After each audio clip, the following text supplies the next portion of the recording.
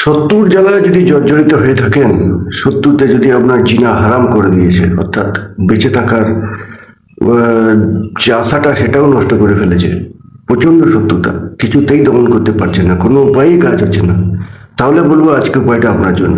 অবশ্যই ভিডিওটা সম্পূর্ণ দেখুন এবং যে বলা টোটকা সেটাকে ভালোভাবে প্রয়োগ করুন। অবশ্যই আপনি ফল পাবেন। তো কি সেই টোটকা জানার জন্য ভিডিওটা দেখতে থাকুন, কোনো জায়গায় স্কিপ করবেন না। আর স্কিপ করলে কিন্তু আপনি পুরো ভিডিও পুরো প্রসেস বুঝতে পারবেন না। তো আসুন জেনে নিই।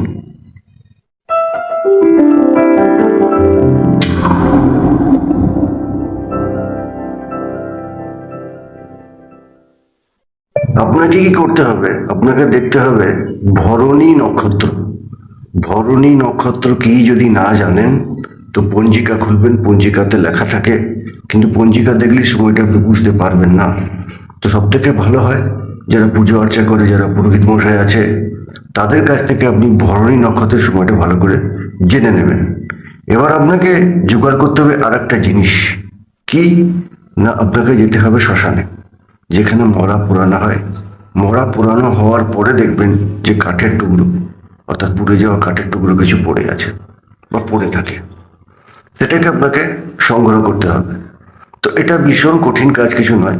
আপনি দিনের বেলা গিয়েও আপনি সংগ্রহ করে রাখতে পারেন, বা আগে যে কোনো দিনেও আপনি সংগ্রহ করে রাখতে পারেন।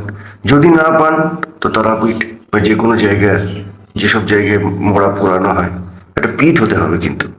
ওই তারাপীঠ, ফুলরাতলা বা অন্যান্য যে কোনো একটা কেওড়াতলা, যে কোনো একটা জায়গা হলেই, যেখানে কোনো ঠাকুরের মূর্তি আছে বা ঠাকুরের মন্দির আছে, সেই সমস্ত জায়গায় শ্মশান হলে ভালো কাজ করবে। তো আপনি সেটা নিয়ে আসবেন এবং নিয়ে আসার পরে এই মন্ত্রটা আপনাকে জপ করতে হবে। মন্ত্রটা কি? ওম নমঃ কাল রূপায় অয়ম মারয় মারয় স্বাহা। ওম নমঃ কাল রূপায় অয়ম মারয় মারয় স্বাহা।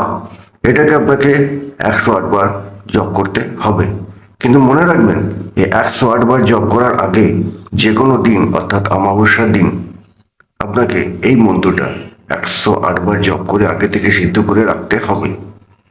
তারপরে আপনি যখন প্রয়োগ করবেন তখন 108 বার আপনি এই মন্ত্রটা জপ করবেন এবং আপনার শত্রুর কথা, শত্রুর মুখের চেহারা তা চিন্তা করবেন।